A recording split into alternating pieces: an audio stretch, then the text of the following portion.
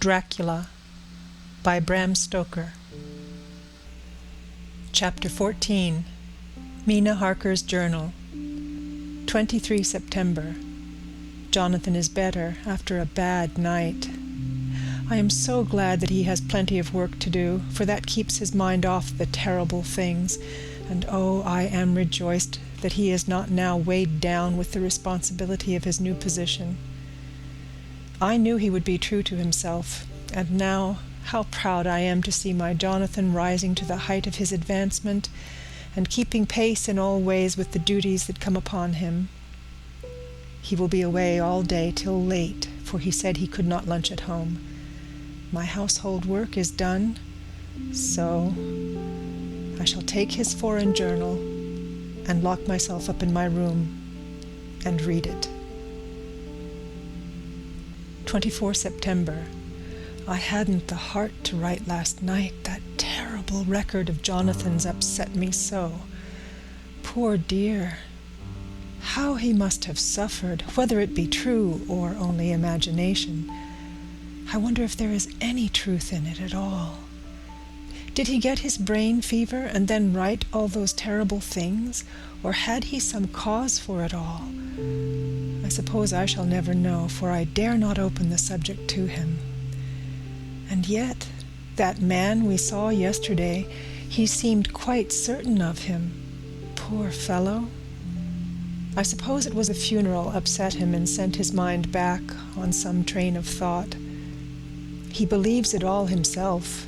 I remember how on our wedding day he said, "Unless some solemn duty come upon me to go back to the bitter hours, asleep or awake, mad or sane."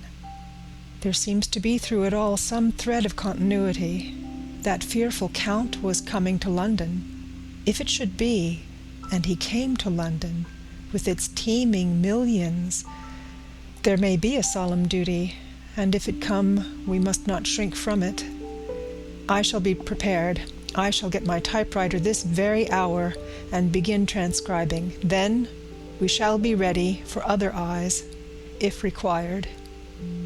And if it be wanted then, perhaps, if I am ready, poor Jonathan may not be upset, for I can speak for him, and never let him be troubled or worried with it at all.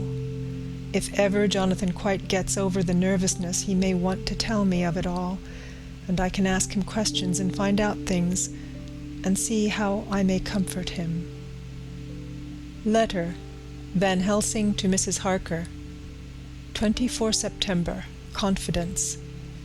Dear Madam, I pray you to pardon my writing, in that I am so far friend as that I sent you sad news of Miss Lucy Westenra's death. By the kindness of Lord Godalming, I am empowered to read her letters and papers, for I am deeply concerned about certain matters vitally important. In them I find some letters from you, which show how great friends you were and how you love her. Oh, Madam Mina, by that love, I implore you, help me. It is for others' good that I ask, to redress great wrong, and to lift much trouble and terrible troubles, that may be more great than you can know. May it be that I see you? You can trust me. I am friend of Dr. John Seward, and of Lord Godalming, that was Arthur of Miss Lucy. I must keep it private for the present from all. I should come to Exeter to see you at once, if you tell me I am privileged to come, and where and when. I implore your pardon, madam. I have read your letters to poor Lucy, and know how good you are, and how your husband suffer. So I pray you, if it may be, enlighten him not, lest it may harm. Again, your pardon, and forgive me. Van Helsing. Telegram Mrs. Harker to Van Helsing. 25 September. Come today by 10:15 train, if you can catch it. Can see you any time you call. Wilhelmina Harker. Mina Harker's Journal. 25 September. I cannot help feeling terribly excited as the time draws near for the visit of Dr. Van Helsing, for somehow I expect that it will throw some light upon Jonathan's sad experience, and as he attended poor dear Lucy in her last illness, he can tell me all about her. That is the reason of his coming. It is concerning Lucy and her sleepwalking, and not about Jonathan. Then I shall never know the real truth now. How silly I am. That awful journal gets hold of my imagination and tinges everything with something of its own color. Of course it is about Lucy. That habit came back to the poor dear, and that awful night on the cliff must have made her ill. I had almost forgotten in my own affairs how ill she was afterwards. She must have told him of her sleepwalking adventure on the cliff, and that I knew all about it, and now he wants me to tell him what I know, so that he may understand. I hope I did right in not saying anything of it to Mrs. Westenra. I should never forgive myself if any act of mine, were it even a negative one, brought harm on poor dear Lucy.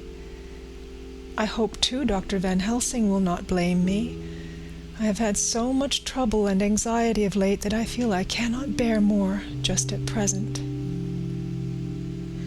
I suppose a cry does us all good at times. It clears the air, as other rain does.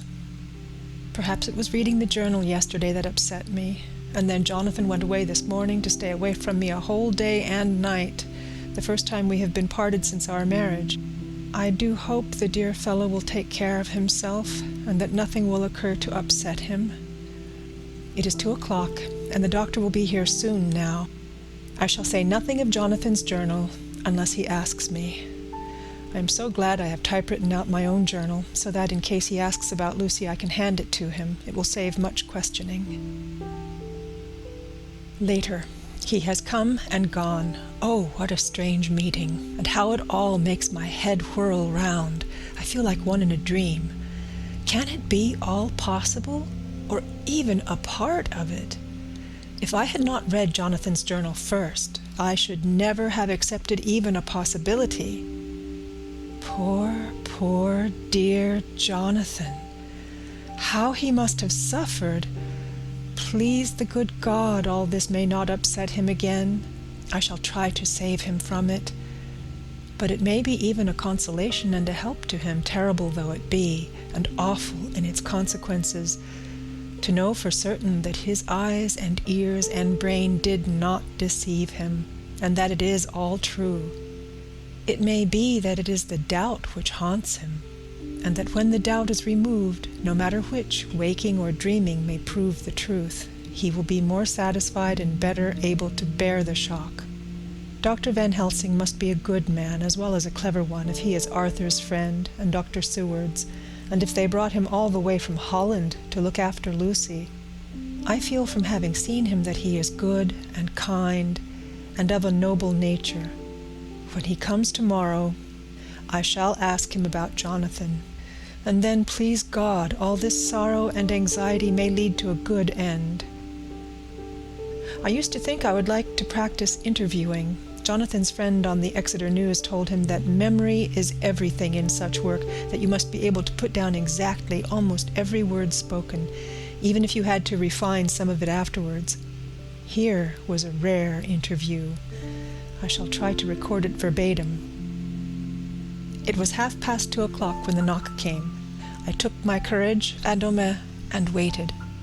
In a few minutes Mary opened the door and announced, "Dr. Van Helsing."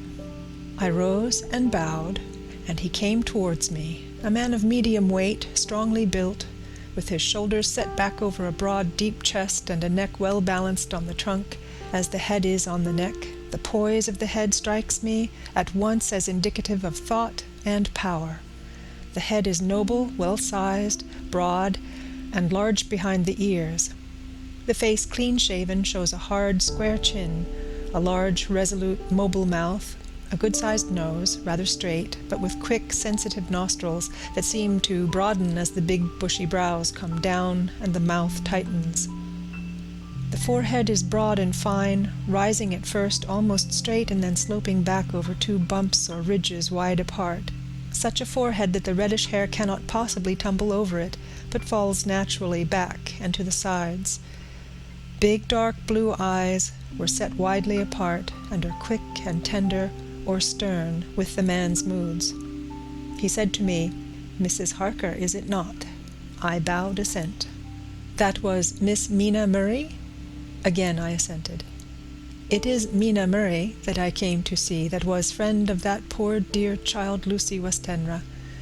Madam Mina, it is on account of the dead that I come. Sir, I said, you could have no better claim on me than that you were a friend and helper of Lucy Westenra. And I held out my hand. He took it and said tenderly, Oh, Madam Mina, I knew that the friend of that poor little girl must be good, but I had yet to learn. He finished his speech with a courtly bow. I asked him what it was that he wanted to see me about, so he at once began. I have read your letters to Miss Lucy. Forgive me, but I had to begin to inquire somewhere, and there was none to ask. I know that you were with her at Whitby. She sometimes kept a diary. You need not look surprised, Madam Mina. It was begun after you had left, and was an imitation of you, and in that diary she traces by inference certain things to a sleepwalking in which she puts down that you saved her. In great perplexity then I come to you, and ask you, out of your so much kindness, to tell me all of it that you can remember. I can tell you, I think, Dr. Van Helsing, all about it. Ah, then you have good memory for facts, for details? It is not always so with young ladies. No, doctor, but I wrote it all down at the time.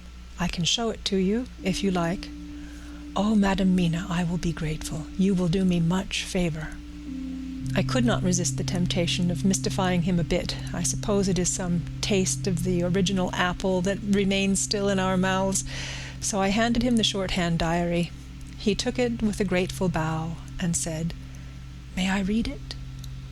If you wish, I answered as demurely as I could. He opened it, and for an instant his face fell. Then he stood up and bowed. Oh, you so clever woman, he said. I knew long that Mr. Jonathan was a man of much thankfulness, but see, his wife have all the good things. And will you not so much honor me, and so help me, as to read it for me? Alas, I know not the shorthand.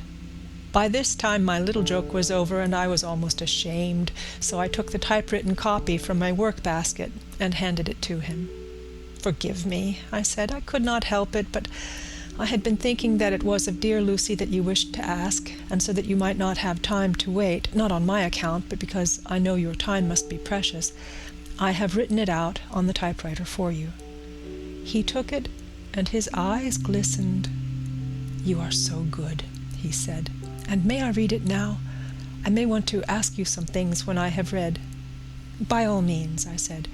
Read it over whilst I order lunch, and then you can ask me questions whilst we eat. He bowed and settled himself in a chair with his back to the light, and became so absorbed in the papers, whilst I went to see after lunch, chiefly in order that he might not be disturbed. When I came back, I found him walking hurriedly up and down the room, his face all ablaze with excitement. He rushed up to me and took me by both hands. Oh, Madam Mina, he said, how can I say what I owe you? This paper is as sunshine. It opens the gate to me. I am dazed, I am dazzled with so much light, and yet clouds roll in behind the light every time. But that you cannot comprehend. Oh, but I am grateful to you, you so clever woman. Madam, he said this very solemnly, if ever Abraham Van Helsing can do anything for you or yours, I trust you will let me know. It will be pleasure and delight if I may serve you as a friend. But all I have ever learned, all I can ever do, shall be for you and those you love. There are darknesses in life, and there are lights. You are one of the lights. You will have a happy life and a good life, and your husband will be blessed in you. But, doctor, you praise me too much. You do not know me. Not know you, I, who am old, and who have studied all my life men and women. I, who have made my specialty the brain and all that belongs to him, and all that follow from him. And I have read your diary that you have so goodly written for me, and which breathes out truth in every line. I, who have read your so sweet letter to poor Lucy, of your marriage and your trust, not know you. Oh, Madam Mina, good women tell all their lives, and by day and by hour and by minute, such things that angels can read, and we men who wish to know have in us something of angels' eyes. Your husband is noble nature, and you are noble too, for you trust, and trust cannot be where there is mean nature. And your husband? Tell me of him. Is he quite well? Is all that fever gone? And is he strong and hearty? I saw here an opening to ask him about Jonathan, so I said, he was almost recovered, but he has been greatly upset by Mr. Hawkins' death. He interrupted, "Oh, yes, I know. I have read your last 2 letters." I went on, "I suppose this upset him, for when we were in town on Thursday last, he had a sort of shock." "A shock? And after brain fever so soon? That is not good. What kind of shock was it?" "He thought he saw someone who recalled something terrible, something which led to his brain fever. And here the whole thing seemed to overwhelm me in a rush. The pity for Jonathan, the horror which he experienced, the whole fearful mystery of his diary, and the fear that has been brooding over me ever since, all came in a tumult. I suppose I was hysterical, for I threw myself on my knees and held up my hands to him and implored him to make my husband well again. He took my hands and raised me up and made me sit on the sofa and sat by me. He held my hand in his and said to me with, such infinite sweetness, 'My life is a barren and lonely one, so full of work that I have not had much time for friendships. But since I have been summoned to here by my friend John Seward, I have known so many good people and seen such nobility that I feel more than ever, and it has grown with my advancing years, the loneliness of my life. Believe me, then, that I come here full of respect for you, and you have given me hope, not in what I am seeking of, but that there are good women still left to make life happy, good women whose lives and whose truths may make good lesson for the children that are to be. I am glad that I may be of some use to you. For if your husband suffer, he suffer within the range of my study and experience. I promise you that I will gladly do all for him that I can, all to make his life strong and manly, and your life a happy one. Now you must eat. You are overwrought and perhaps over-anxious. Husband Jonathan would not like to see you so pale, and what he like not where he love is not to his good. Therefore, for his sake, you must eat and smile. You have told me about Lucy, and so now we shall not speak of it, lest it distress. I shall stay in Exeter tonight, for I want to think much over what you have told me, and when I have thought, I will ask you questions if I may. And then, too, you will tell me of husband Jonathan's trouble, so far as you can, but not yet. You must eat now. Afterwards, you shall tell me all." After lunch, when we went back to the drawing room, he said to me, "And now tell me all about him." When it came to speaking to this great learned man, I began to fear that he would think me a weak fool, and Jonathan a madman. That journal is all so strange, and I hesitated to go on, but he was so sweet and kind, and he had promised to help, and I trusted him. So I said, "Dr. Van Helsing, what I have to tell you is so queer that you must not laugh at me or at my husband. I have been since yesterday in a sort of fever of doubt. You must be kind to me, and not think me foolish that I have even half believed some very strange things." He reassured me by his manner as well as his words when he said, "Oh, my dear, if you only know how strange is the matter regarding which I am here, it is you who would laugh. I have learned not to think little of anyone's belief, no matter how strange it may be. I have tried to keep an open mind, and it is not the ordinary things of life that could close it, but the strange things, the extraordinary things, the things that make one doubt if they be mad or sane. Thank you 1,000 times. You have taken a weight off my mind. If you will let me, I shall give you a paper to read. It is long, but I have typewritten it out. It will tell you my trouble and Jonathan's. It is the copy of his journal when abroad, and all that happened. I dare not say anything of it. You will read it for yourself and judge, and then when I see you, perhaps you will be very kind and tell me what you think. I promise, he said as I gave him the papers. I shall in the morning, as soon as I can, come to see you and your husband, if I may. Jonathan will be here at 11:30, and you must come to lunch with us and see him then. You could catch the quick 3:34 train, which will leave you at Paddington before 8. He was surprised at my knowledge of the trains offhand, but he does not know that I have made up all the trains to and from Exeter, so that I may help Jonathan in case he is in a hurry.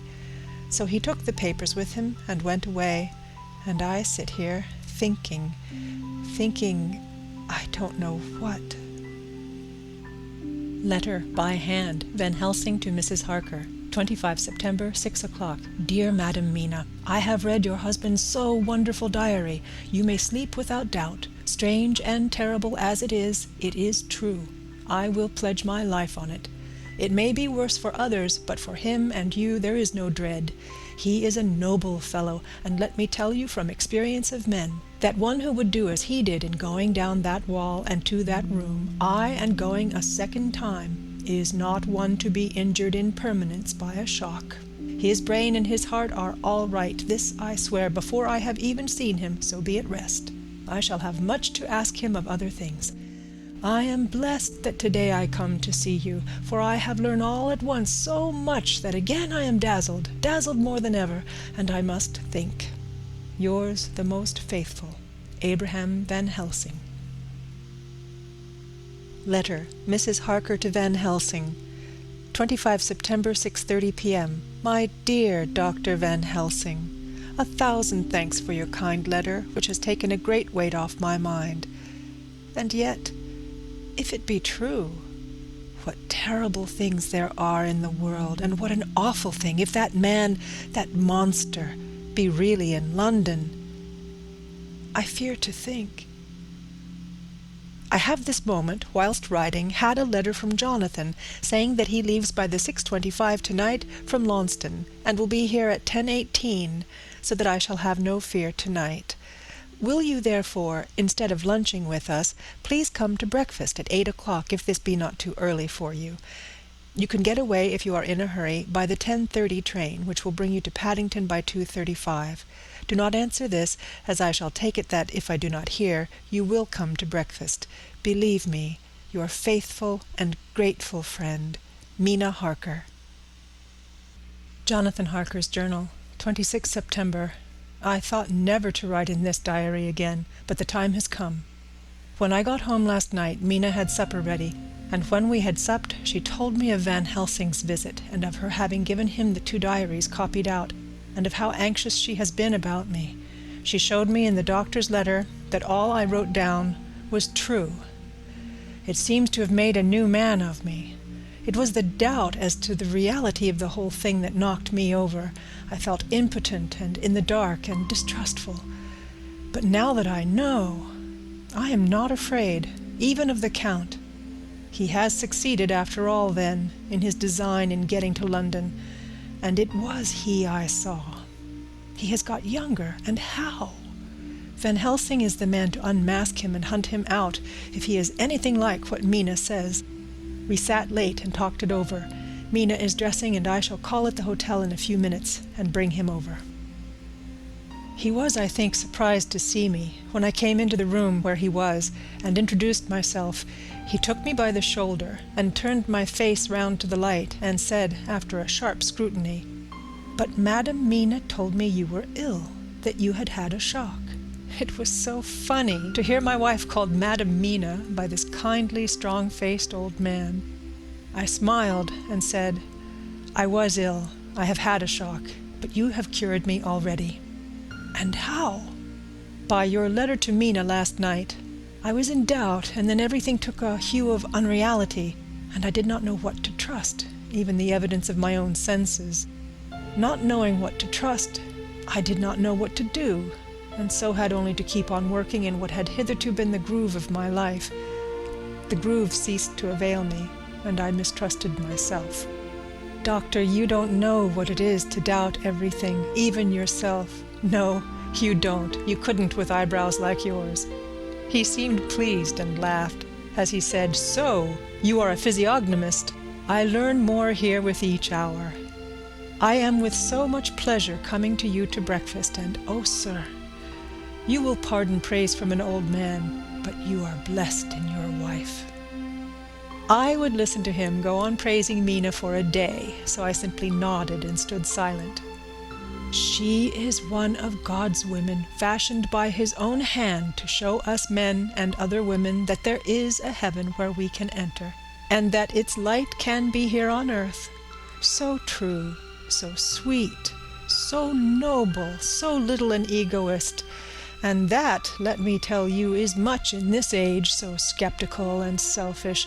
And you, sir, I have read all the letters to poor Miss Lucy, and some of them speak of you, so I know you since some days from the knowing of others. But I have seen your true self since last night. You will give me your hand, will you not? And let us be friends for all our lives. We shook hands, and he was so earnest and so kind that it made me quite choky. "And now," he said, "may I ask you for some more help? I have a great task to do, and at the beginning it is to know. You can help me here. Can you tell me what went before your going to Transylvania? Later on I may ask for more help, and of a different kind, but at first this will do." "Look here, sir," I said, "does what you have to do concern the Count?" "It does," he said solemnly. "Then I am with you heart and soul. As you go by the 10:30 train, you will not have time to read them, but I shall get the bundle of papers. You can take them with you and read them in the train." After breakfast I saw him to the station. When we were parting, he said, "Perhaps you will come to town if I send for you, and take Madam Mina too." "We shall both come, when you will," I said. I had got him the morning papers and the London papers of the previous night, and while we were talking at the carriage window, waiting for the train to start, he was turning them over. His eyes suddenly seemed to catch something in one of them, the Westminster Gazette, I knew by the colour, and he grew quite white. He read something intently, groaning to himself, Mein God, so soon. I do not think he remembered me at the moment. Just then the whistle blew and the train moved off. This recalled him to himself, and he leaned out of the window and waved his hand, calling out, "Love to Madam Mina. I shall write so soon as ever I can." Dr. Seward's Diary, 26 September. Truly there is no such thing as finality. Not a week since I said fini, and yet here I am starting fresh again, or rather going on with the record. Until this afternoon I had no cause to think of what is done. Renfield had become, to all intents, as sane as he ever was. He was already well ahead with his fly business, and he had just started in the spider line also, so he had not been of any trouble to me. I had a letter from Arthur, written on Sunday, and from it I gather that he is bearing up wonderfully well. Quincy Morris is with him, and that is of much help, for he himself is a bubbling well of good spirits. Quincy wrote me a line too, and from him I hear that Arthur is beginning to recover something of his old buoyancy. So as to them, all my mind is at rest. As for myself, I was settling down to my work with the enthusiasm which I used to have for it, so that I might fairly have said that the wound which poor Lucy left on me was becoming cicatrized. Everything is, however, now reopened, and what is to be the end, God only knows. I have an idea that Van Helsing thinks he knows too, but he will only let out enough at a time to whet curiosity. He went to Exeter yesterday and stayed there all night. Today he came back and almost bounded into the room at about 5:30 and thrust last night's Westminster Gazette into my hand. "What do you think of that?" he asked as he stood back and folded his arms. I looked over the paper, for I really did not know what he meant, but he took it from me and pointed out a paragraph about children being decoyed away at Hampstead. It did not convey much to me until I reached a passage where it described small puncture wounds on their throats. An idea struck me, and I looked up. "Well," he said. "It's like poor Lucy's." "And what do you make of it?" "Simply that there is some cause in common. Whatever it was that injured her has injured them." I did not quite understand his answer. "That is true indirectly, but not directly." "How do you mean, Professor?" I asked. I was a little inclined to take his seriousness lightly, for, after all, 4 days of rest and freedom from burning, harrowing anxiety does help to restore one's spirits. But when I saw his face, it sobered me. Never, even in the midst of our despair about poor Lucy, had he looked more stern. "Tell me," I said. "I can hazard no opinion. I do not know what to think, and I have no data on which to found a conjecture." "Do you mean to tell me, friend John, that you have no suspicion as to what poor Lucy died of? Not, after all the hints given, not only by events, but by me?" "Of nervous prostration following a great loss or waste of blood." "And how was the blood lost or wasted?" I shook my head. He stepped over and sat down beside me, and went on. "You are a clever man, friend John. You reason well, and your wit is bold, but you are too prejudiced. You do not let your eyes see, nor your ears hear, and that which is outside your daily life is not of account to you. Do you not think that there are things which you cannot understand, and yet which are? That some people see things that others cannot? But these are things old and new which must not be contemplated by men's eyes, because they know, or think they know, some things which other men have told them. Ah! It is the fault of our science that it wants to explain all, and if it explain not, then it says there is nothing to explain. But yet we see around us every day the growth of new beliefs, which think themselves new, and which are yet but the old, which pretend to be young, like the fine ladies at the opera. I suppose now you do not believe in corporeal transference? No? Nor in materialization? No? Nor in astral bodies? No? Nor in the reading of thought? No? Nor in hypnotism? Yes, I said, Charcot has proved that pretty well. He smiled as he went on. Then you are satisfied as to it, yes? And of course then you understand how it act, and how can follow the mind of the great Charcot, alas that he is no more, into the very soul of the patient that he influenced? No? Then, friend John, am I to take it that you simply accept fact? That you are satisfied to let from premise to conclusion be a blank? No? Tell me, for I am a student of the brain, how you accept hypnotism and reject the thought reading. Let me tell you, my friend, that there are things done today in electrical science which would have been deemed unholy by the very man who discovered electricity, and who would themselves not so long before been burned as wizards. There are always mysteries in life. Why was it that Methuselah lived 900 years old, and old Parr 169, and yet that poor Lucy, with 4 men's blood in her poor veins, could not live even 1 day? For had she lived 1 more day, we could save her. Do you know all the mystery of life and death? Do you know the altogether of comparative anatomy, and can say wherefore the qualities of brutes are in some men and not in others? Can you tell me why, when other spiders die small and soon, that one great spider lived for centuries in the tower of the old Spanish church and grew, till on descending he could drink the oil of all the church lamps? Can you tell me why in the Pampas, aye, and elsewhere, there are bats that come out at night and open the veins of cattle and horses and suck dry their veins?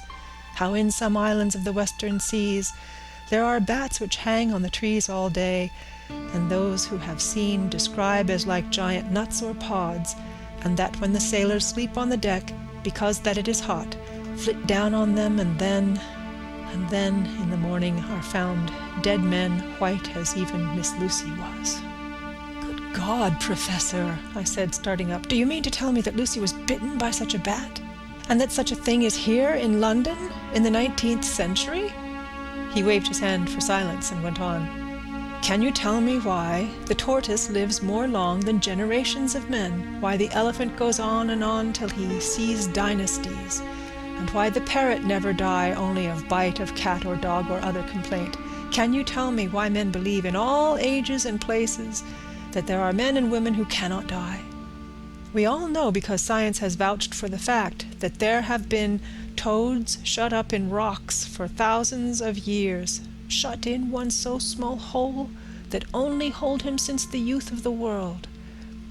Can you tell me how the Indian fakir can make himself to die and have been buried, and his grave sealed, and corn sowed on it, and the corn reaped and be cut and sown and reaped and cut again, and then men come and take away the unbroken seal, and that there lie the Indian fakir, not dead, but that rise up and walk amongst them as before? Here I interrupted him. I was getting bewildered. He so crowded on my mind his list of nature's eccentricities and possible impossibilities that my imagination was getting fired. I had a dim idea that he was teaching me some lesson, as long ago he used to do in his study at Amsterdam. But he used to tell me the thing so that I could have the object of thought in mind all the time. But now I was without his help, yet I wanted to follow him, so I said, Professor, let me be your pet student again. Tell me the thesis, so that I may apply your knowledge as you go on. At present I am only going in my mind from point to point as a madman, and not a sane one, follows an idea. I feel like a novice lumbering through a bog in a mist, jumping from one tussock to another in the mere blind effort to move on, without knowing where I am going. That is a good image, he said. Well, I shall tell you. My thesis is this. I want you to believe. To believe what? To believe in things that you cannot. Let me illustrate. I heard once of an American who so defined faith: that faculty which enables us to believe things which we know to be untrue. For one, I follow that man. He meant that we shall have an open mind and not let a little bit of truth check the rush of the big truth, like a small rock does a railway truck. We get the small truth first, good. We keep him, and we value him. But all the same, we must not let him think himself all the truth in the universe. Then you want me not to let some previous conviction inure the receptivity of my mind with regard to some strange matter. Do I read your lesson aright? Ah, you are my favorite pupil still. It is worth to teach you. Now that you are willing to understand, you have taken the first step to understand. You think then that those so small holes in the children's throats were made by the same that made the holes in Miss Lucy. I suppose so. He stood up and said solemnly, Then you are wrong. Oh, would it were so, but alas, no. It is worse, far, far worse. In God's name, Professor Helsing, what do you mean? I cried. He threw himself with a despairing gesture into a chair and placed his elbows on the table, covering his face with his hands as he spoke. They were made by Miss Lucy. End of chapter 14.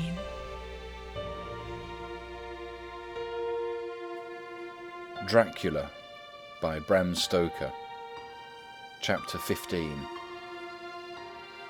Dr. Seward's diary continued. For a while sheer anger mastered me. It was as if he had, during her life, struck Lucy on the face. I smote the table hard and rose up as I said to him, "Dr. Van Helsing, are you mad?" He raised his head and looked at me, and somehow the tenderness of his face calmed me at once. "Would I were," he said. "Madness were easy to bear compared with truth like this. Oh, my friend, why, think you, did I go so far around? Why take so long to tell so simple a thing? Was it because I hate you and have hated you all my life? Was it because I wished to give you pain? Was it that I wanted, now so late, revenge for that time when you saved my life, and from a fearful death? Ah, no. Forgive me, I said. He went on. My friend, it was because I wished to be gentle in the breaking to you, for I know you have loved that so sweet lady. But even yet I do not expect you to believe. It is so hard to accept at once any abstract truth that we may doubt such to be possible when we have always believed the no of it. It is more hard still to accept so sad a concrete truth, and of such a one as Miss Lucy. Tonight I go to prove it. Dare you come with me? This staggered me. A man does not like to prove such a truth, Byron accepted from the category jealousy, and prove the very truth he most abhorred. He saw my hesitation and spoke. The logic is simple, no madman's logic this time, jumping from tussock to tussock in a misty bog.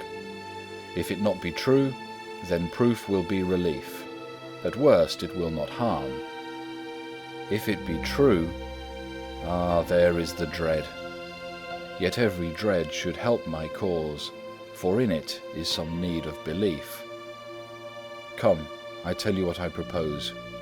First, that we go off now and see that child in the hospital. Dr. Vincent of the North Hospital, where the papers say the child is a friend of mine, and I think of yours, since you were in class at Amsterdam. He will let 2 scientists see his case, if he will not let 2 friends. We shall tell him nothing, but only that we wish to learn. And then... He took a key from his pocket and held it up. And then we spend the night, you and I, in the churchyard where Lucy lies. This is the key that locked the tomb. I had it from the coffin man to give to Arthur. My heart sank within me, for I felt that there was some fearful ordeal before us. I could do nothing, however, so I plucked up what heart I could and said that we had better hasten, as the afternoon was passing. We found the child awake. It had had a sleep and taken some food, and altogether was going on well. Dr. Vincent took the bandage from its throat and showed us the punctures. There was no mistaking the similarity to those which had been on Lucy's throat. They were smaller, and the edges looked fresher, that was all. We asked Vincent to what he attributed them, and he replied that it must have been a bite of some animal, perhaps a rat, but for his own part he was inclined to think it was one of the bats, which are so numerous on the northern heights of London.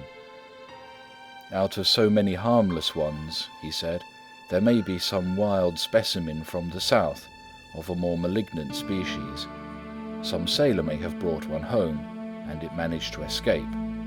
Or even from the zoological gardens, a young one may have got loose, or one be bred there from a vampire. These things do occur, you know. Only 10 days ago a wolf got out and was, I believe, traced up in this direction. For a week after, the children were playing nothing but Red Riding Hood on the heath, and in every alley in the place, until this blue-for-lady scare came along. Since then it has been quite a gala time with them. Even this poor little mite, when he woke up today, asked the nurse if he might go away. When she asked him why he wanted to go, he said he wanted to play with the blue-for-lady. I hope, said Van Helsing, that when you are sending the child home you will caution its parents to keep strict watch over it. These fancies to stray are most dangerous, and if the child were to remain out another night it would probably be fatal. But in any case I suppose you will not let it away for some days. Certainly not for a week at least, longer if the wound is not healed. Our visit to the hospital took more time than we had reckoned on, and the sun had dipped before we came out. When Van Helsing saw how dark it was, he said, "There is not hurry. It is more late than I thought. Come, let us seek somewhere that we may eat, and then we shall go on our way." We dined at Jack Straw's castle, along with a little crowd of bicyclists and others who were genially noisy. About 10 o'clock we started from the inn. It was then very dark, and the scattered lamps made the darkness greater when we were once outside their individual radius. The professor had evidently noted the road we were to go, for he went on unhesitatingly, but as for me, I was in quite a mix-up as to locality. As we went further, we met fewer and fewer people, till at last we were somewhat surprised when we met even the patrol of horse police going their usual suburban round. At last we reached the wall of the churchyard, which we climbed over. With some little difficulty, for it was very dark, and the whole place seemed so strange to us, we found the Westenra tomb. The professor took the key, opened the creaky door, and standing back, politely but quite unconsciously, motioned me to precede him. There was a delicious irony in the offer, in the courtliness of giving preference on such a ghastly occasion. My companion followed me quickly, and cautiously drew the door to, after carefully ascertaining that the lock was a falling and not a spring one. In the latter case we should have been in a bad plight. Then he fumbled in his bag and took out a matchbox and a piece of candle, proceeded to make a light. The tomb in the daytime, and when wreathed with fresh flowers, had looked grim and gruesome enough, but now, some days afterwards, when the flowers hung lank and dead, their whites turning to rust, and their greens to browns, when the spider and the beetle had resumed their accustomed dominance, when the time-discoloured stone and dust-encrusted mortar and rusty, dank iron and tarnished brass and clouded silver plating gave back the feeble glimmer of a candle, the effect was more miserable and sordid than could have been imagined. It conveyed irresistibly the idea that life, animal life, was not the only thing which could pass away. Van Helsing went about his work systematically, holding his candle so that he could read the coffin plates, and so holding it that the sperm dropped in white patches which congealed as they touched the metal. He made assurance of Lucy's coffin. Another search in his bag, and he took out a turn screw. "What are you going to do?" I asked. "To open the coffin, you shall yet be convinced." Straightway he began taking out the screws, and finally lifted off the lid, showing the casing of lead beneath. The sight was almost too much for me.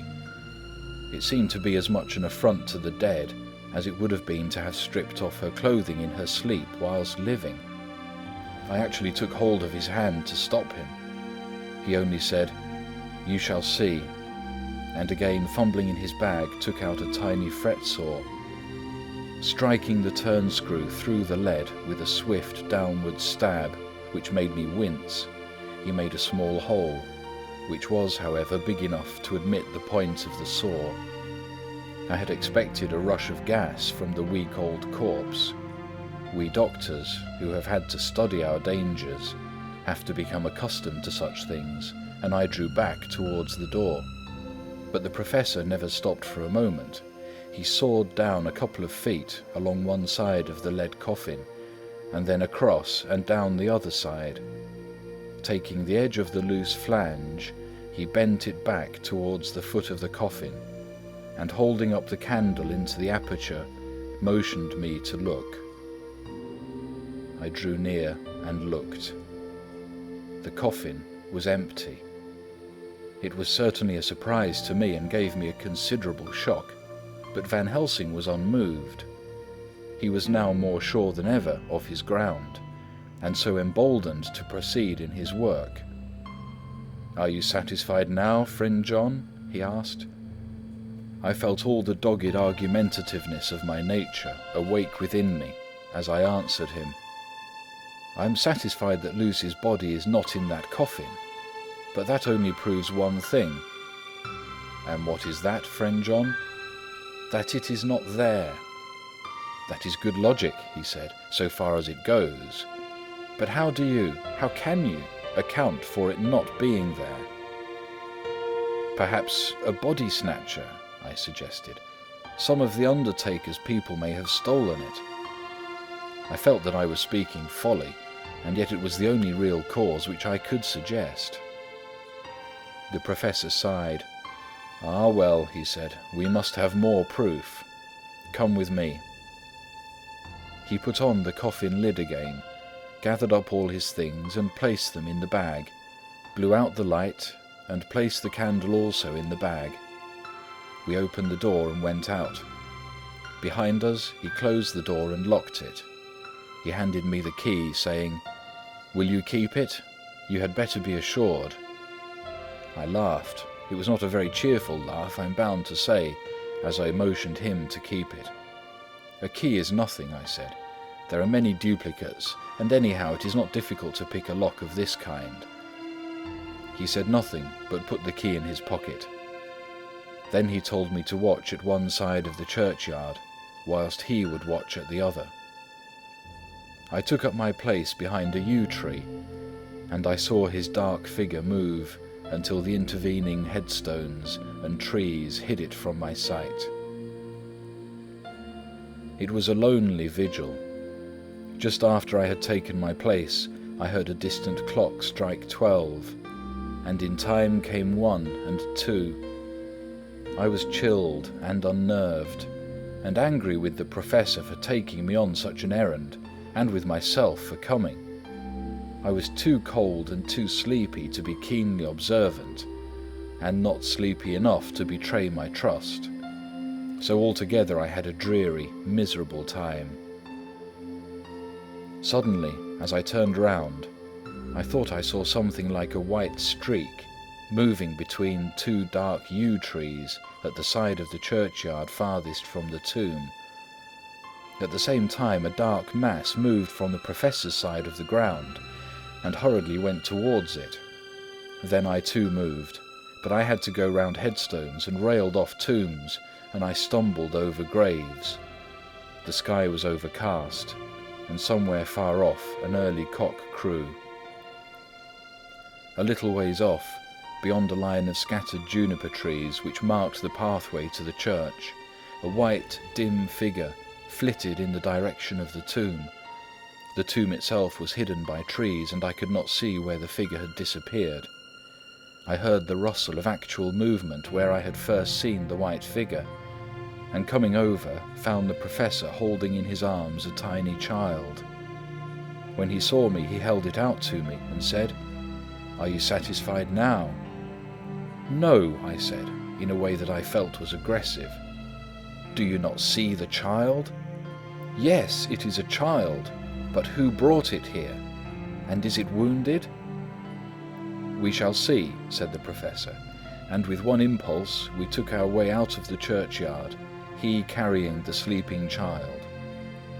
When we had got some little distance away, we went into a clump of trees and struck a match, and looked at the child's throat. It was without a scratch or scar of any kind. "Was I right?" I asked triumphantly.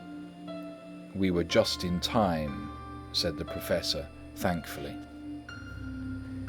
We had now to decide what we were to do with the child, and so consulted about it. If we were to take it to a police station, we should have to give some account of our movements during the night. At least we should have to make some statement as to how we had come to find the child. So finally we decided that we would take it to the heath, and when we heard a policeman coming, would leave it where he could not fail to find it. We would then seek our way home as quickly as we could. All fell out well. At the edge of Hampstead Heath we heard a policeman's heavy tramp, and laying the child on the pathway, we waited and watched until he saw it as he flashed his lantern to and fro. We heard his exclamation of astonishment, and then we went away silently, By good chance we got a cab near the Spaniards and drove to town. I cannot sleep, so I make this entry, but I must try to get a few hours sleep, as Van Helsing is to call for me at noon. He insists that I go with him on another expedition. 27th of September. It was 2 o'clock before we found a suitable opportunity for our attempt. The funeral held at noon was all completed, and the last stragglers of the mourners had taken themselves lazily away, when, looking carefully from behind a clump of alder trees, we saw the sexton lock the gate after him. We knew that we were safe till the morning, did we desire it, but the professor told me that we should not want more than an hour at most. Again I felt that horrid sense of the reality of things, in which any effort of imagination seemed out of place, and I realized distinctly the perils of the law which we were incurring in our unhallowed work. Besides, I felt it was all so useless. Outrageous as it was to open a leaden coffin to see if a woman dead nearly a week were really dead, it now seemed the height of folly to open the tomb again when we knew, from the evidence of our own eyesight, that the coffin was empty. I shrugged my shoulders, however, and rested silent, for Van Helsing had a way of going on his own road, no matter who remonstrated. He took the key, opened the vault, and again courteously motioned me to proceed. The place was not so gruesome as last night, but oh, how unutterably mean-looking when the sunshine streamed in. Van Helsing walked over to Lucy's coffin, and I followed. He bent over, and again forced back the leaden flange, and a shock of surprise and dismay shot through me. There lay Lucy, seemingly just as we had seen her the night before her funeral.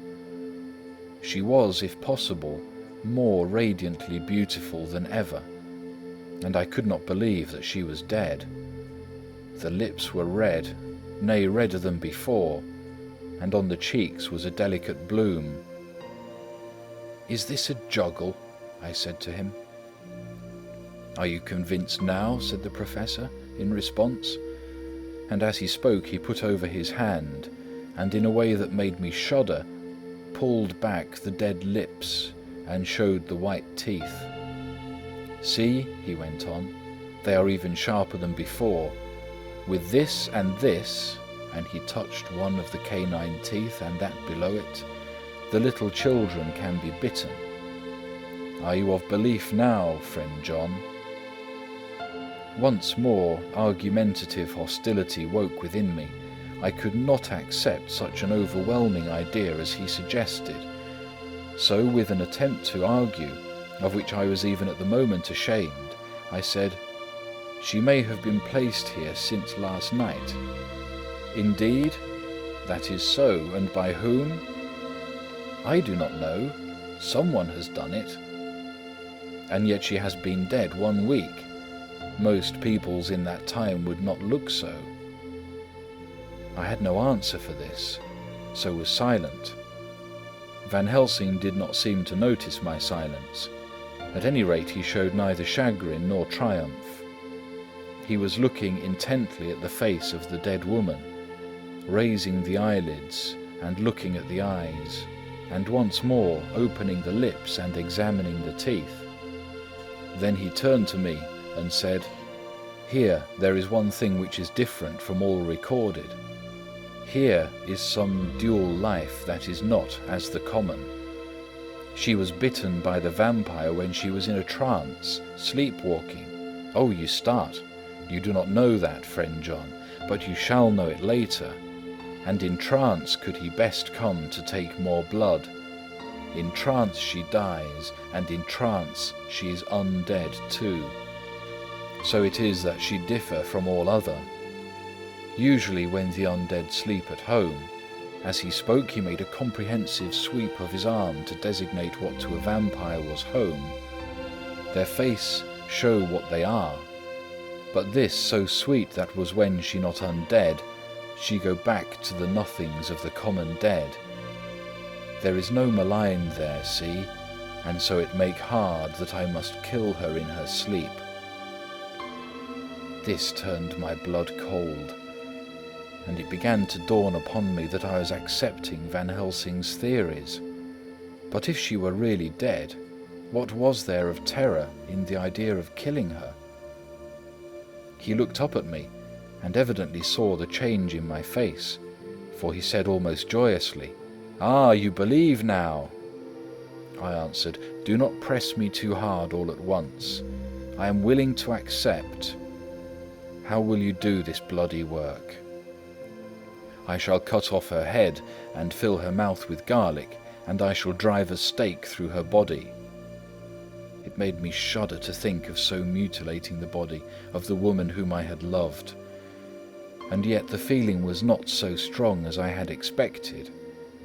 I was, in fact, beginning to shudder at the presence of this being, this undead as Van Helsing called it, and to loathe it. Is it possible that love is all subjective, or all objective? I waited a considerable time for Van Helsing to begin, but he stood as if wrapped in thought. Presently he closed the catch of his bag with a snap and said, "I have been thinking and have made up my mind as to what is best. If I did simply follow my inclining, I would do now at this moment what is to be done. But there are other things to follow, and things that are 1,000 times more difficult, in that them we do not know. This is simple, she have yet no life taken, though that is of time, and to act now would be to take danger from her forever. But then we may have to want Arthur, and how shall we tell him of this? If you, who saw the wounds on Lucy's throat, and saw the wounds so similar on the child's at the hospital, if you, who saw the coffin empty last night, and full today, with a woman who have not changed, only to be more rose and more beautiful in a whole week after she die, if you know of this, and know of the white figure last night that brought the child to the churchyard, and yet of your own senses you did not believe, how then can I expect Arthur, who know none of those things, to believe? He doubted me when I took him from her kiss when she was dying. I know he has forgiven me because in some mistaken idea I have done things that prevent him say goodbye as he ought. And he may think that in some more mistaken idea this woman was buried alive, and that in most mistake of all we have killed her. He will then argue back that it is we, mistaken ones, that have killed her by our own ideas, and so he will be much unhappy always. Yet he never can be sure, and that is the worst of all. And he will sometimes think that she he loved was buried alive, and that will paint his dreams with horrors of what she must have suffered. And again he will think that we may be right, and that his so beloved was after all an undead. No, I told him once, and since then I learn much. Now, since I know it is all true, 100,000 times more do I know that he must pass through the bitter waters to reach the sweet. He, poor fellow, must have 1 hour that will make the very face of heaven grow black to him. Then we can act for good all round and send him peace. My mind is made up. Let us go. You return home for tonight to your asylum, and see that all be well. As for me, I shall spend the night here in this churchyard in my own way. Tomorrow night you shall come to me to the Berkeley Hotel at 10 of the clock. I shall send for Arthur to come too, and also that so fine young man of America that gave his blood. Later we shall all have work to do. I come with you so far as Piccadilly, and there dine, for I must be back here before the sun set. So we locked the tomb and came away, and got over the wall of the churchyard, which was not much of a task, and drove back to Piccadilly. Note left by Van Helsing in his portmanteau, Berkeley Hotel, directed to John Seward, M.D., not delivered. 27th September.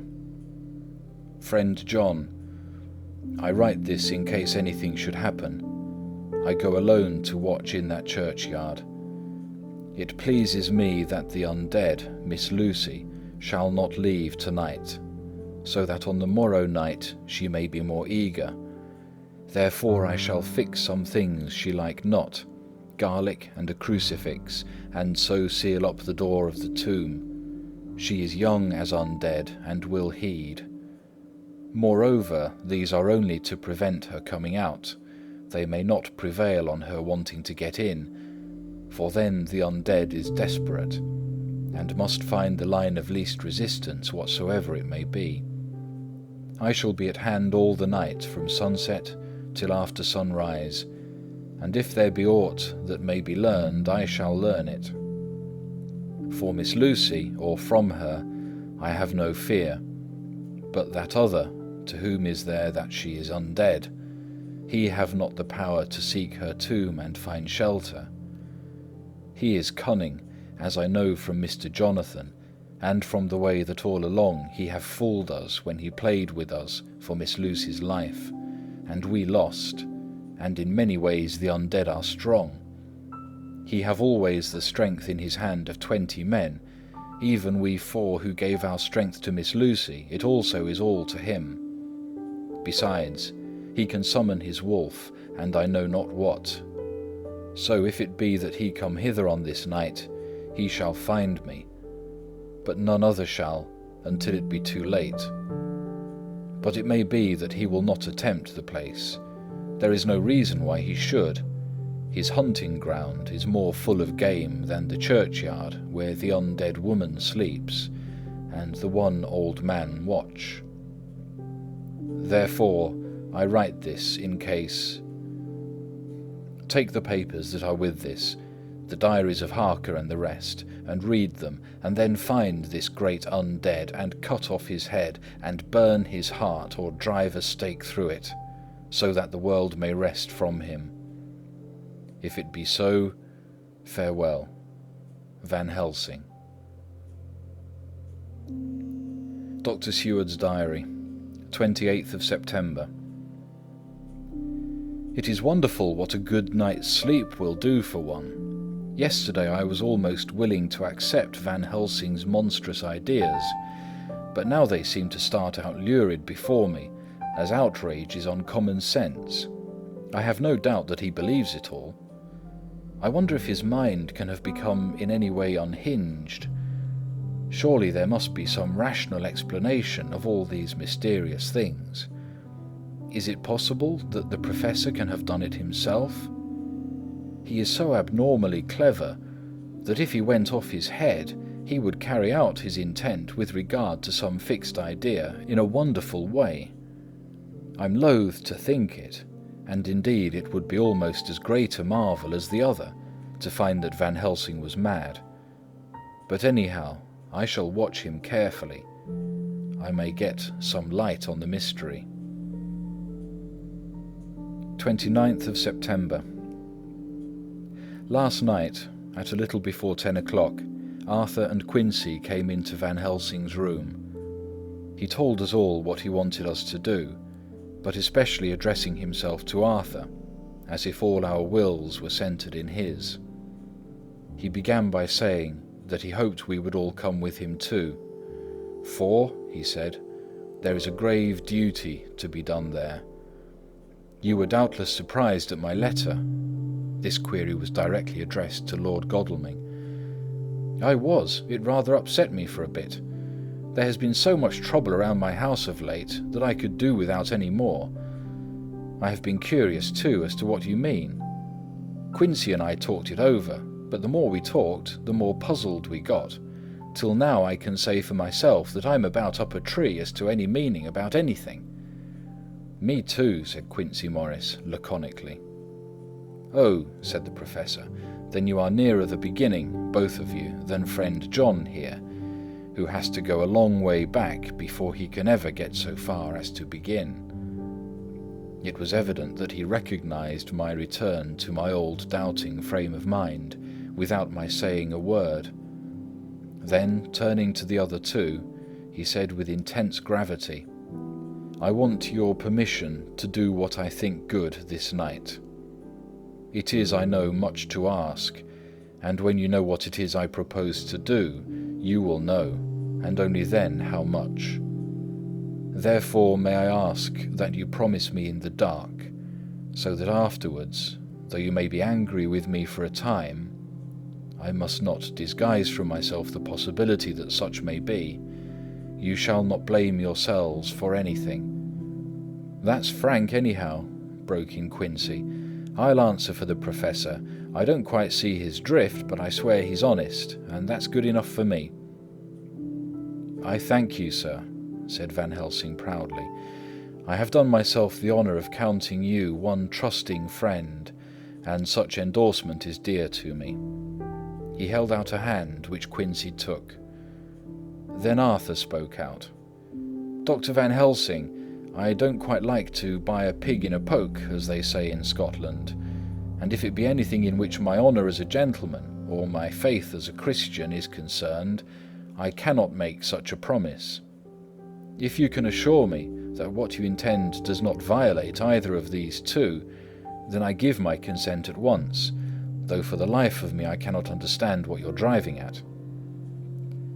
"I accept your limitation," said Van Helsing, "and all I ask of you is that if you feel it necessary to condemn any act of mine, you will first consider it well, and be satisfied that it does not violate your reservations." "Agreed," said Arthur. "That is only fair. And now that the pourparlers are over, may I ask what it is we are to do?" "I want you to come with me, and to come in secret, to the churchyard at Kingstead." Arthur's face fell as he said in an amazed sort of way, "Where poor Lucy is buried?" The Professor bowed. Arthur went on, "And when there?" "To enter the tomb." Arthur stood up. "Professor, are you in earnest? Or is it some monstrous joke?" "Pardon me, I see that you are in earnest." He sat down again, but I could see that he sat firmly and proudly, as one who is on his dignity. There was silence until he asked again, "And when in the tomb?" "To open the coffin." "This is too much," he said, angrily rising again. "I'm willing to be patient in all things that are reasonable, but in this desecration of the grave, of one who—" He fairly choked with indignation. The Professor looked pityingly at him. "If I could spare you one pang, my dear friend," he said, "God knows I would. But this night our feet must tread on thorny paths, or later, and forever, the feet you love must walk in paths of flame." Arthur looked up with set white face and said, "Take care, sir, take care." "Would it not be well to hear what I have to say?" said Van Helsing, "and then you will at least know the limit of my purpose. Shall I go on?" "That's fair enough," broke in Morris.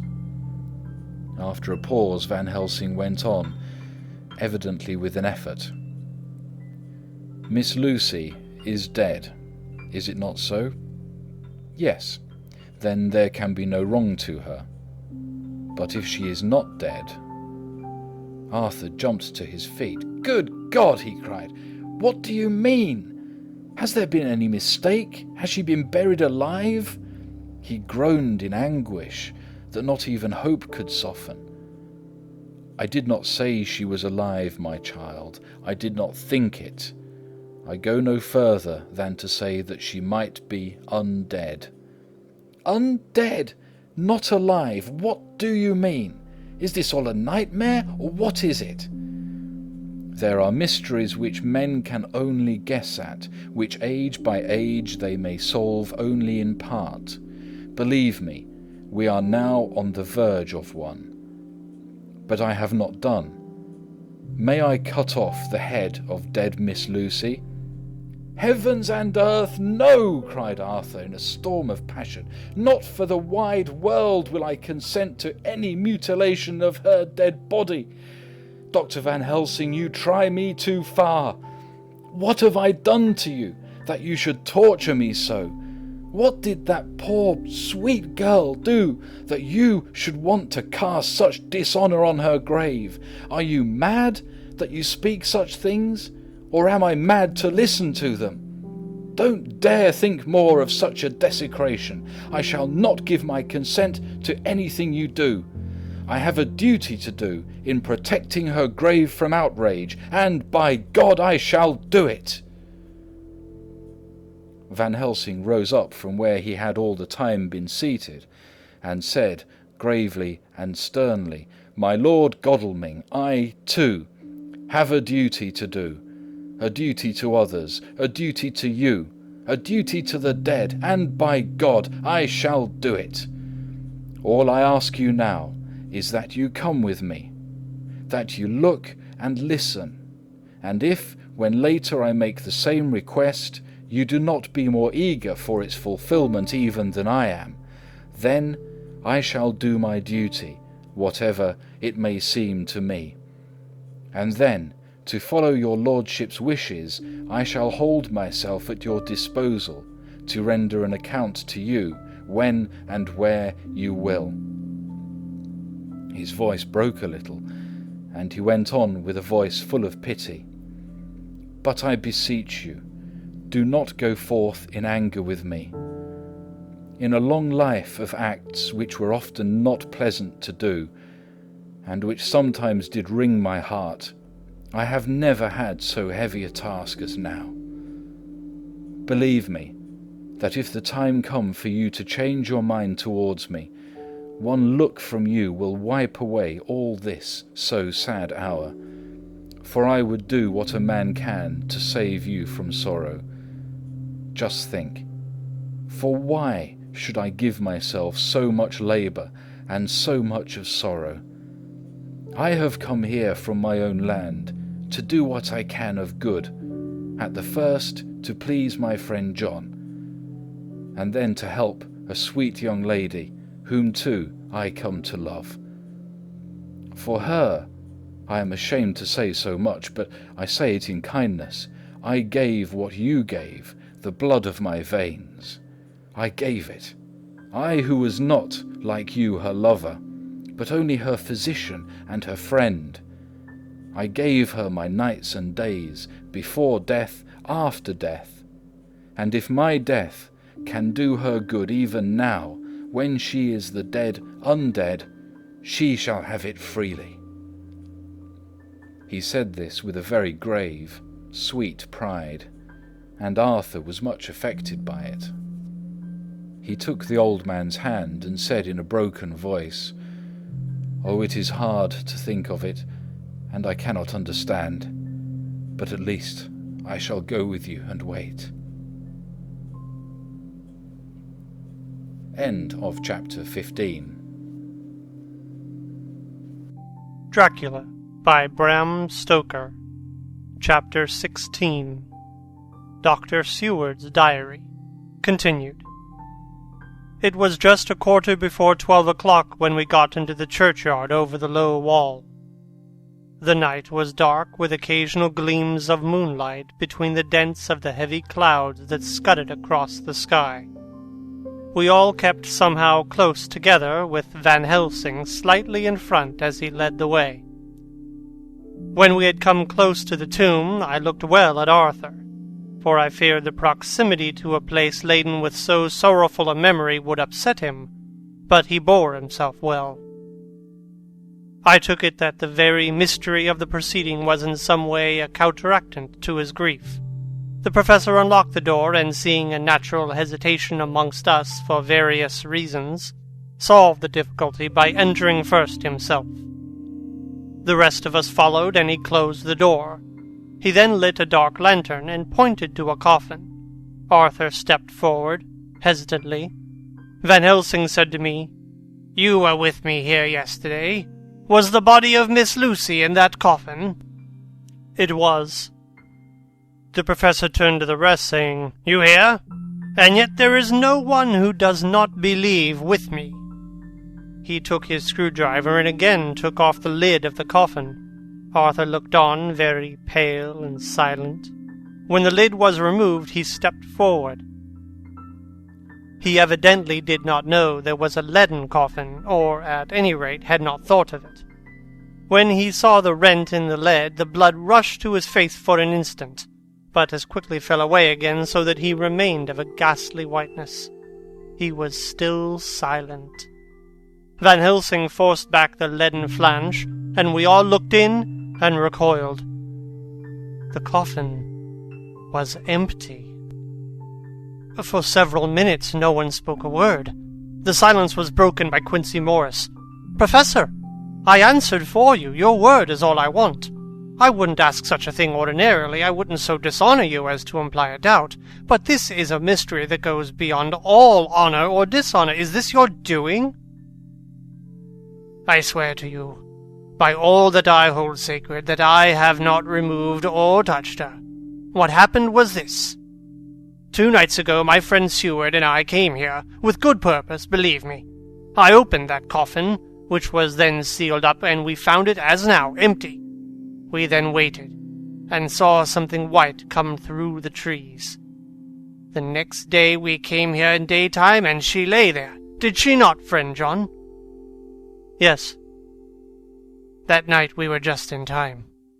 One more so small child was missing, and we find it, thank God, unharmed amongst the graves. Yesterday I came here before sundown, for at sundown the undead can move.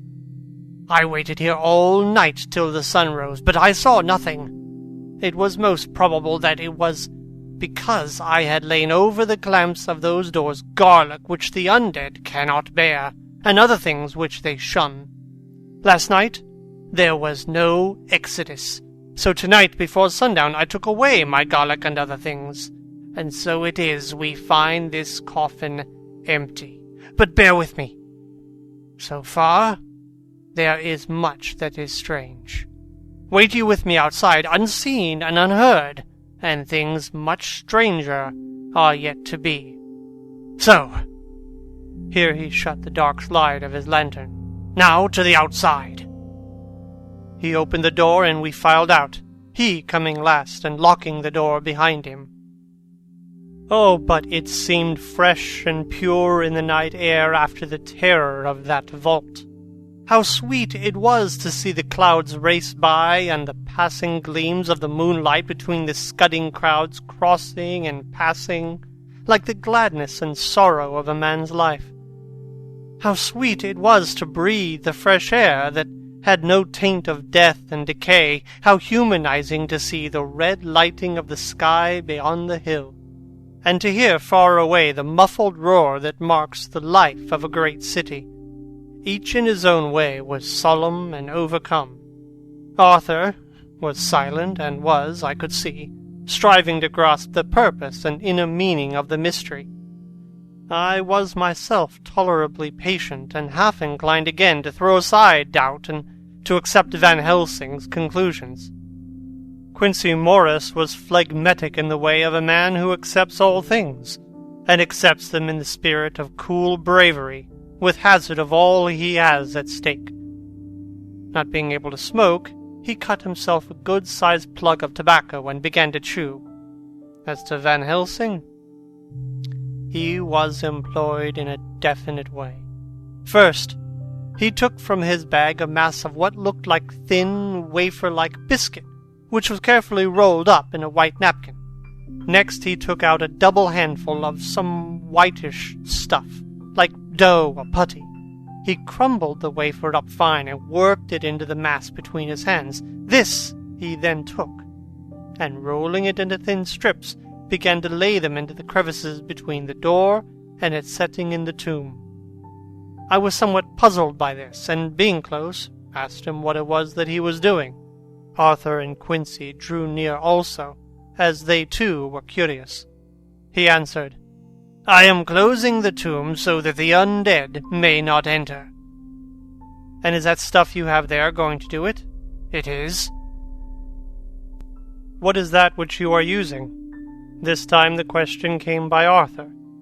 Van Helsing reverently lifted his hat as he answered, "The host. I brought it from Amsterdam. I have an indulgence."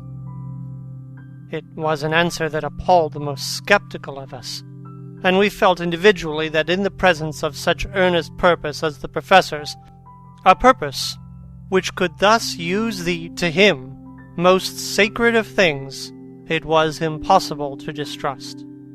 In respectful silence, we took the places assigned to us close round the tomb, but hidden from sight of anyone approaching.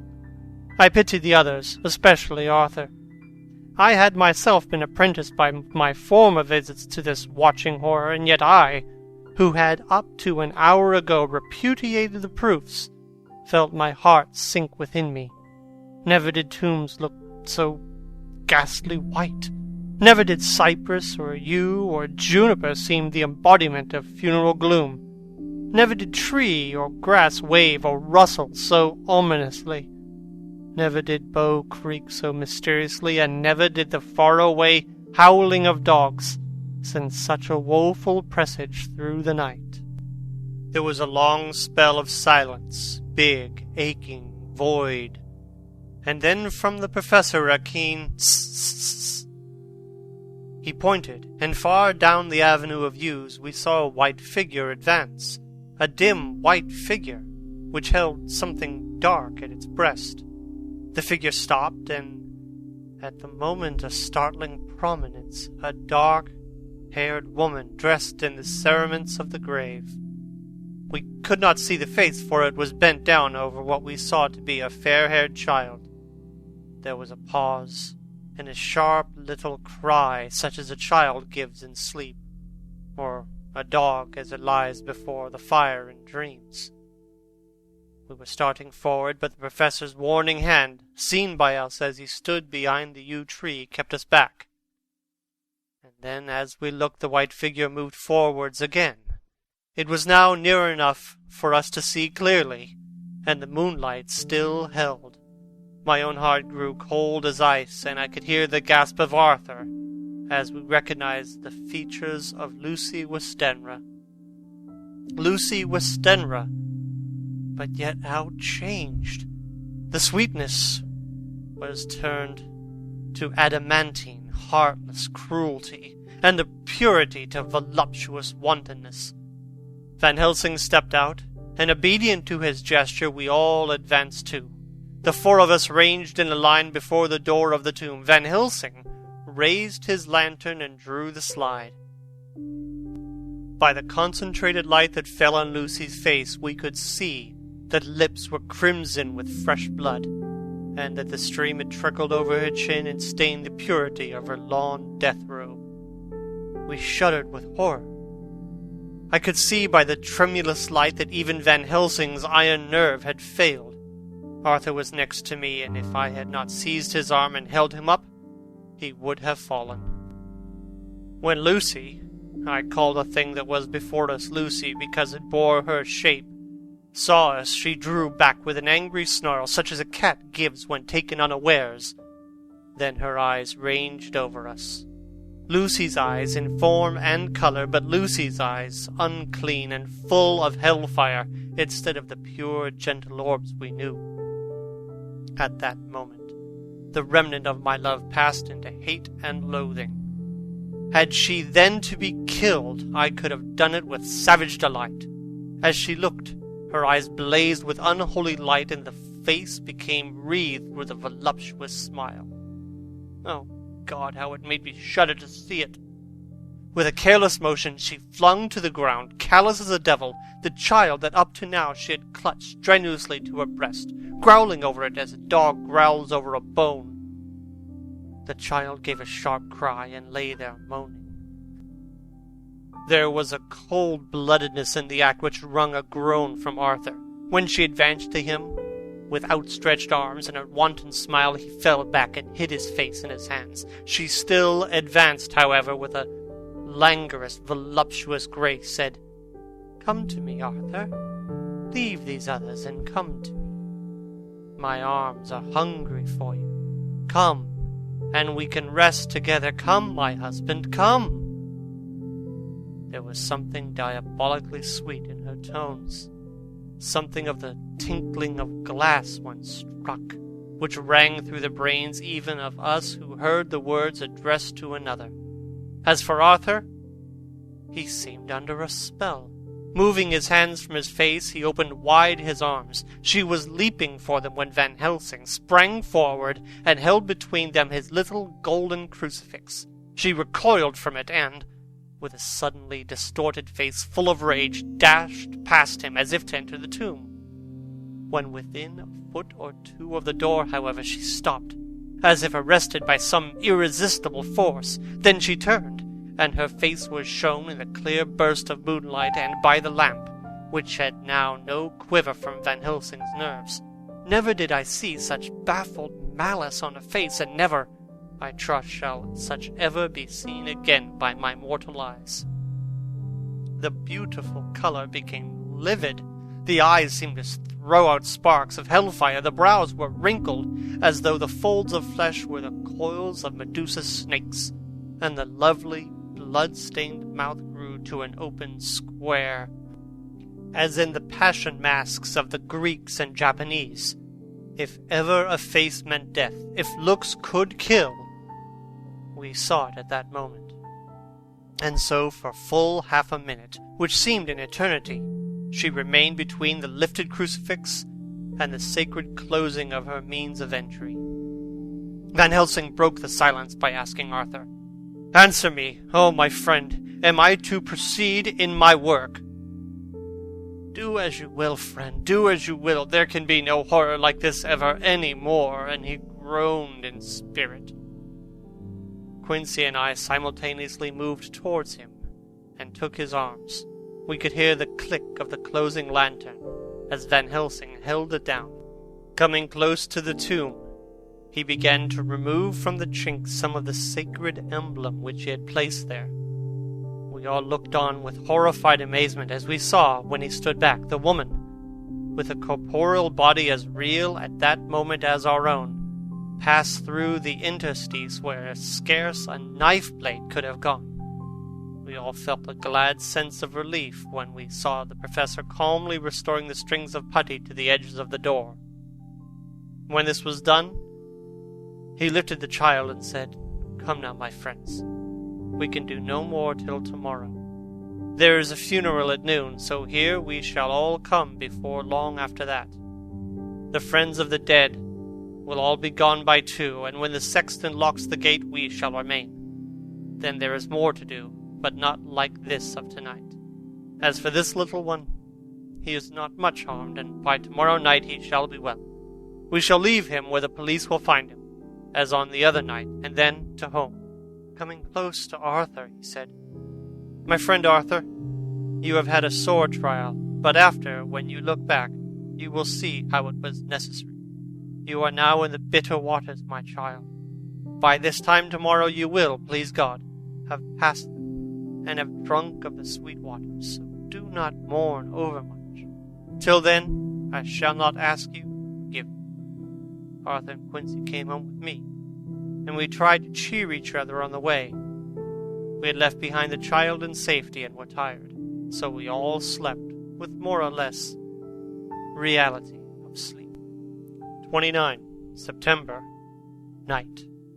A little before 12 o'clock we three, Arthur, Quincy Morris, and myself, called for the professor. It was odd to notice that, by common consent, we had all put on black clothes. Of course Arthur wore black, for he was in deep mourning, but the rest of us wore it by instinct. We got to the graveyard by 1:30 and strolled about, keeping out of official observation, so that when the gravediggers had completed their task and the sexton, under the belief that everyone had gone, had locked the gate, we had the place all to ourselves. Van Helsing, instead of his little black bag, had with him a long leather one, something like a cricketing bag.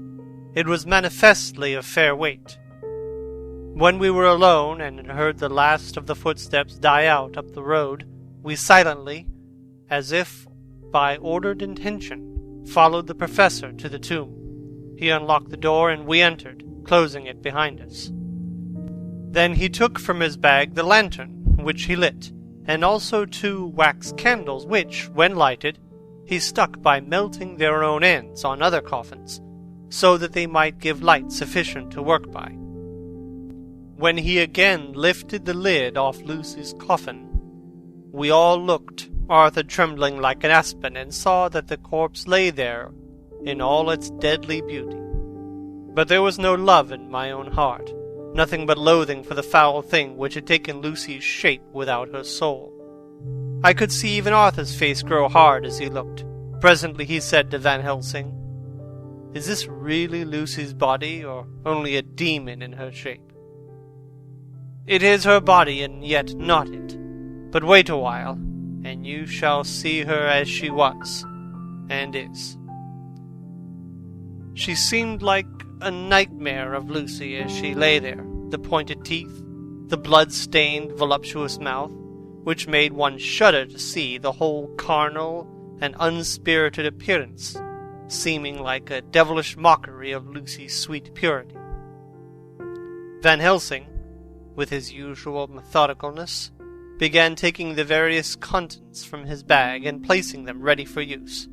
First he took out a soldering iron, and some plumbing solder, and then a small oil lamp which gave out, when lit in the corner of the tomb, gas which burned at a fierce heat, with a blue flame, then his operating knives which he placed to hand, and last, a round wooden stake, some 2.5 or 3 inches thick and about 3 feet long. One end of it was hardened by charring in the fire and was sharpened to a fine point. With this stake came a heavy hammer, such as in households is used in the coal cellar for breaking the lumps. To me, a doctor's preparations for work of any kind of stimulating and bracing, but the effect of these things on both Arthur and Quincy was to cause them a sort of consternation. They both, however, kept their courage and remained silent and quiet. When all was ready, Van Helsing said, "Before we do anything, let me tell you this. It is out of the lore and experience of the ancients and of all those who have studied the powers of the undead. When they become such, there comes with the chance the curse of immortality. They cannot die, but must go on age after age, adding new victims, and multiplying the evils of the world. For all that die from the preying of the undead become themselves undead, and prey on their kind. And so the circle goes on, ever widening, like as the ripples from a stone thrown in the water. Friend Arthur, if you had met that kiss which you know of before poor Lucy died, or again, last night when you opened your arms to her, you would, in time, when you had died, have become Nosferatu, as they call it in Eastern Europe, and would for all time make many more of those undeads that so have filled us with horror. The career of this so unhappy dear lady is but just begun. Those children whose blood she sucked are not as yet so much the worse, but if she lives on, undead, more and more they lose their blood, and by her power over them they come to her, and so she draw their blood with that so wicked mouth. But if she die in truth, then all cease. The tiny wounds of the throats disappear, and they go back to their play, unknowing ever of what has been. But of the most blessed of all, when this now undead be made to rest as true dead, then the soul of the poor lady whom we love shall again be free.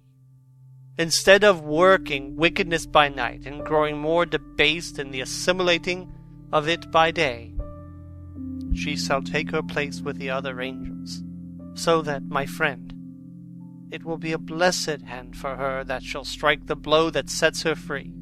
To this I am willing. But is there none amongst us who has a better right? Will it be no joy to think of hereafter in the silence of the night when sleep is not? It was my hand that sent her to the stars.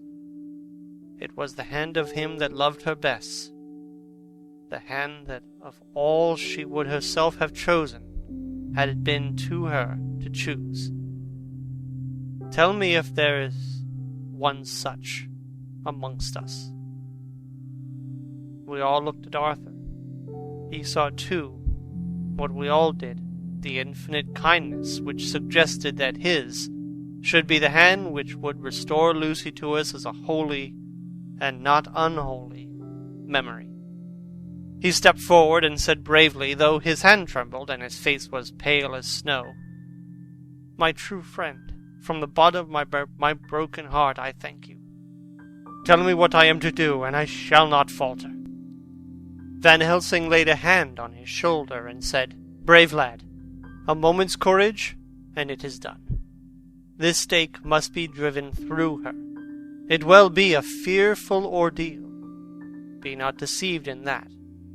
But it will only be a short time, and you will then rejoice more than your pain was great. From this grim tomb you will emerge as though you tread on air, but you must not falter when once you have begun. Only think that we, your true friends, are round you, and that we pray for you all the time." "Go on," said Arthur hoarsely. "Tell me what I am to do." "Take this stake in your left hand, ready to place to the point over the heart, and then the hammer in your right. Then when we begin our prayer for the dead, I shall read him. I have here the book, and the others shall follow. Strike in God's name, that so all may be well with the dead that we love, and that the undead pass away." Arthur took the stake and the hammer, and when once his mind was set on action, his hands never trembled nor even quivered. Van Helsing opened his missal and began to read, and Quincy and I followed as well we could. Arthur placed the point over the heart, and as I looked, I could see its dint in the white flesh. Then he struck with all his might. The thing in the coffin writhed, and a hideous blood-curdling screech came from the open red lips. The body shook and quivered and twisted in wild contortions. The sharp teeth champed together till the lips were cut, and the mouth was smeared with a crimson foam. But Arthur never faltered. He looked like a figure of Thor as his untrembling arm rose and fell, driving deeper and deeper the mercy-bearing stake, whilst the blood from the pierced heart welled and spurted up around it. His face was set, and high duty seemed to shine through it.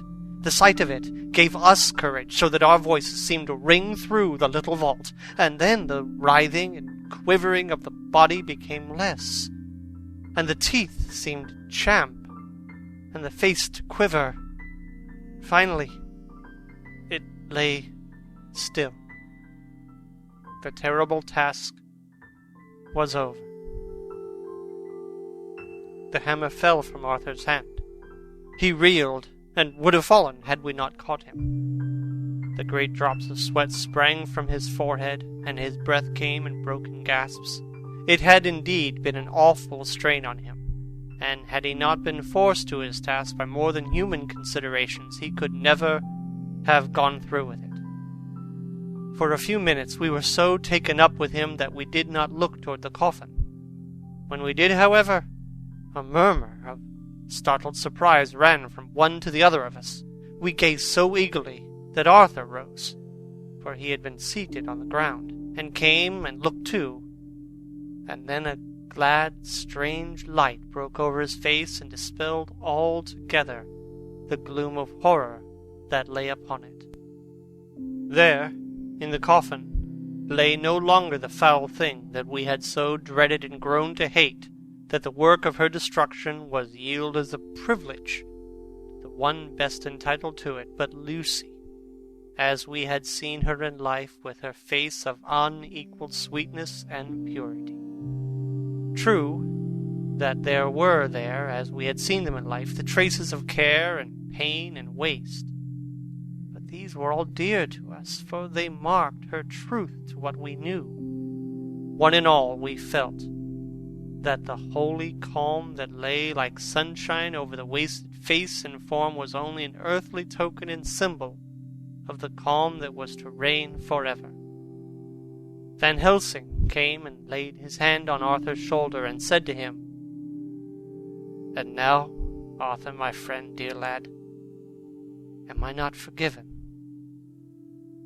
The reaction of the terrible strain came as he took the old man's hand in his, raised it to his lips, pressed it, and said, "Forgiven! God bless you, that you have given my dear one her soul again, and me peace."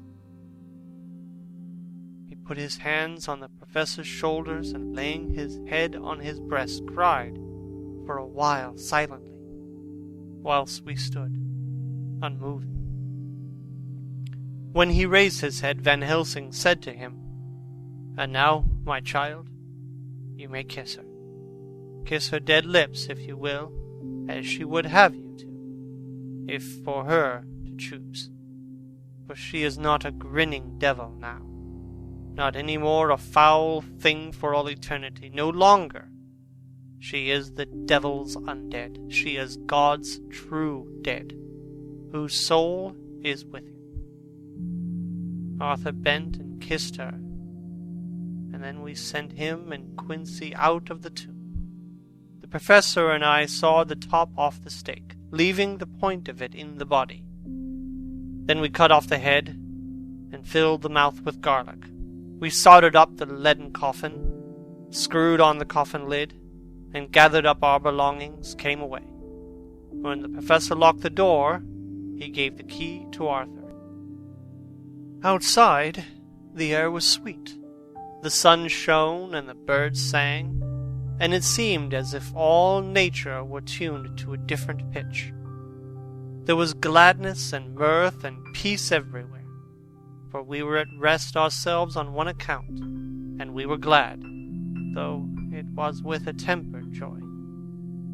Before we moved away, Van Helsing said, "Now, my friends, one step of our work is done, one the most harrowing to ourselves, but there remains a greater task, to find out the author of all this our sorrow and to stamp him out. I have clues which we can follow, but it is a long task and a difficult one, and there is danger in it and pain. Shall you not all help me? We have learned to believe, all of us.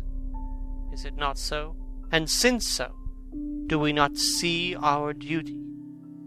Yes. And do we not promise to go on to the bitter end?" Each in turn, we took his hand, and the promise was made. Then said the professor as we moved off, "2 nights hence, you shall meet with me and dine together at 7 of the clock with friend John. I shall entreat 2 others, 2 that you know not as yet, and I shall be ready to all our work show and our plans unfold. Friend John, you come with me home, for I have much to consult you about, and you can help me. Tonight I leave for Amsterdam, but shall return tomorrow night. And then begins our great quest. But first I shall have much to say, so that you may know what to do and what to dread. Then our promise shall be made to each other anew. But there is a terrible task before us, and once our feet are on the plowshare, we must not draw back." End of chapter 16.